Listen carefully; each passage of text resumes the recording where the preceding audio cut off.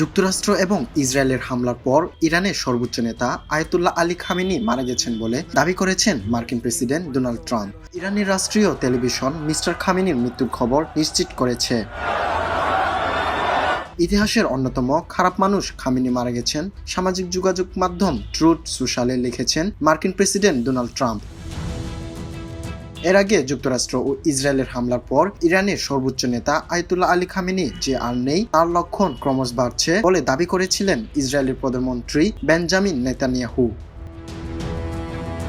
এই বক্তব্যের পর অসমর্থিত বিভিন্ন প্রতিবেদনে বলা হয় যে যুক্তরাষ্ট্র ও ইসরায়েলের হামলায় মিস্টার খামেনি নিহত হয়েছেন। একজন ঊর্ধ্বতন ইসরায়েলি কর্মকর্তার বরাত দিয়ে বার্তা সংস্থা রয়টার্স জানায় আয়াতুল্লাহ আলী খামেনির মৃতদেহ খুঁজে পাওয়া গেছে।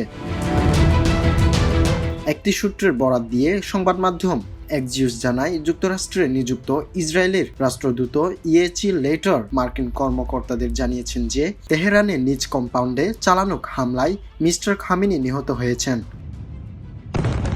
এছাড়া নিউজ 12 এবং টাইমস অব ইসরায়েল সহ একাধিক ইসরায়েলি সংবাদ মাধ্যম ও ইসরায়েলি কর্মকর্তাদের বরাত দিয়ে সর্বোচ্চ নেতার মৃত্যুর দাবি করেছে। এর আগে ইরানের পররাষ্ট্র মন্ত্রণালয়ের মুখপাত্র ইসমাইল বাঘাই এবিসি নিউজকে বলেছিলেন যে ইরানের সর্বোচ্চ নেতা আয়াতুল্লাহ আলী খামেনি এবং প্রেসিডেন্ট মাসুদ পেজেশকিয়ান দুজনেই সুস্থ এবং নিরাপদে আছেন।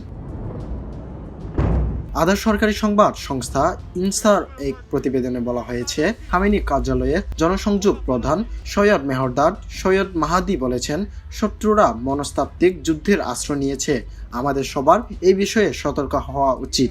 এদিকে প্রেসিডেন্ট ট্রাম্প এবিসি নিউজকে বলেছেন যে মার্কিন হামলা ইতিমধ্যেই ব্যাপক ক্ষয়ক্ষতি করেছে এবং ইরানের শীর্ষ নেতৃত্বের অনেকেই আর নেই।